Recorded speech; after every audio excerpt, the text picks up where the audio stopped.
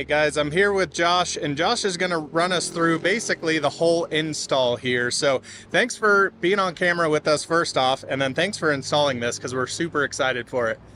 You're welcome. My name's Josh Cole. I'm with Winn-Marion, and we're going to work you through a XCharge install. So we're just trying to get the basic layout here, making sure all our NEC required clearances are met for inspection. But basically, for the one line walkthrough, we're going to be coming out of this 1-inch pipe with 3 brown, orange, yellow 480 conductors with a neutral and a ground, number 10 ground, and 4 number 6 conductors. We'll be coming out of that to a disconnect with a 50 amp fuse. This will be have a 50 amp circuit breaker that feeds it.